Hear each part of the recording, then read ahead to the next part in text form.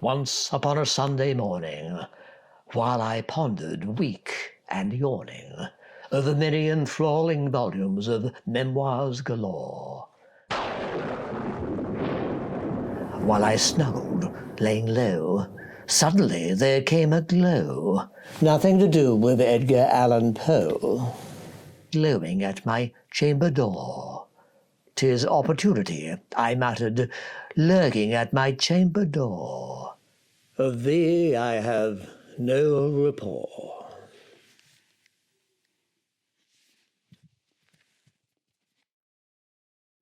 Though my door had not been knocked on, I put my hat and both my socks on. I felt the urge to open it, yet I did not know what for. The darkness gave to light, and if memory serves me right, there is day after night, which is the monumental bore. Ever since I've shut it tight, here I opened wide the door. Sunshine there, and plenty more. If the sun be a lady, she quickened my heart, making me squint like Humphrey Bogart. She blew my soul apart, this fiery, brassy whore, this steaming temptress, and I, her foolish apprentice. I entered her defenseless, too late to withdraw. Finally I stood in awe of a great grassy moor. Just me and my shadow, and nothing more. Now my shoes were damp with dew. It was time to bid adieu. I felt that I might spew upon the bliss that lay afore. Then I saw the flowers, of which at first I cowered, yet they held such powers that seeped into my core. They reached into my trousers, this I could not ignore. 'Tis Mother Nature, with all her blood and gore. On I strode through horrid roses, dreadful daisies, nasty posies. I had assumed my cirrhosis was not as gross as this, for sure. Then I felt a shiver. The leaves began to quiver. Before me stood a vicar. I gazed at him in awe. "Beware the demon liquor," this to me he did implore. I shall gaze at him nevermore.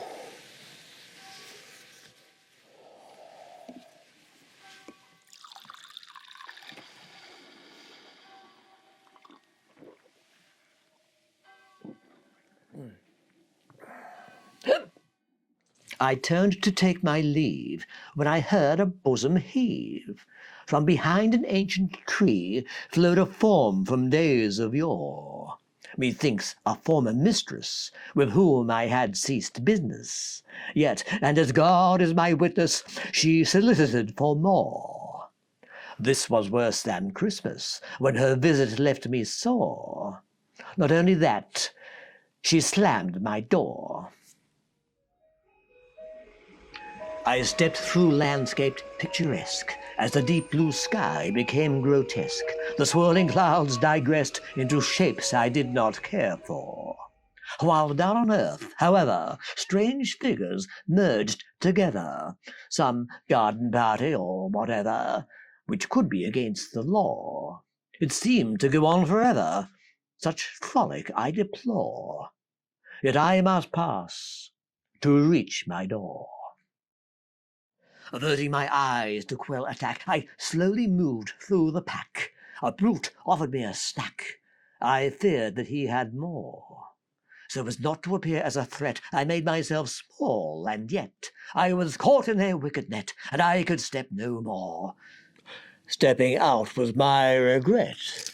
I should never have opened my door. Never again. And barely before.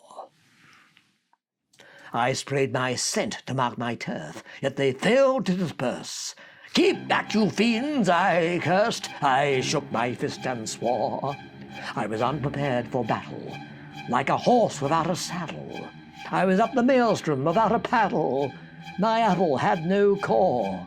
like a baby who dropped his rattle, a dance hall with no floor. All of these. Oh, and several more. Alas, I was deep among them, entombed in a social dungeon. My strategy was to shun them. I refused to say bonjour. My attendance was erroneous among these refugees from loneliness. But then I met the hostess, and she evened up the score with an offer most harmonious indeed. A fine wine she did pour. Just the one. But then I had more. As I tiptoed through the tulips, I was pleased to meet Confucius. While he drank a mint julep, he became my guide and mentor. As my thirst for knowledge dried, Albert Einstein arrived. He had won a Nobel Prize. I inquired, whatever for? The lottery numbers he had theorized, to win a fortune for sure. He gifted me this. Now I am no longer poor.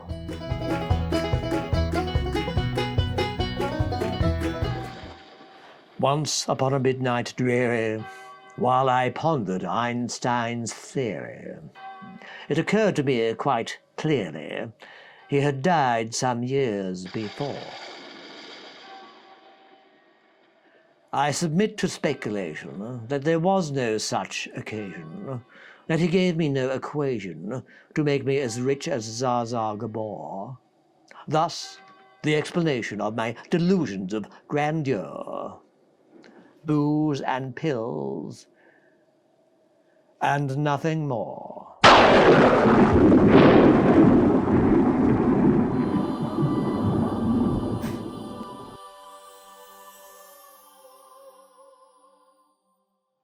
While the chemistry kindles much pageantry, dependency generates depravity. So I threw my pills down the lavatory to the night's Plutonian shore. Now the beat of life keeps drumming. My mind is as clear as my plumbing. And the waves of time keep pummeling until they washed my medicine ashore. They say the dreamer wakes up with nothing. Yet I dare say that is what I dream for. So I shall open my door nevermore.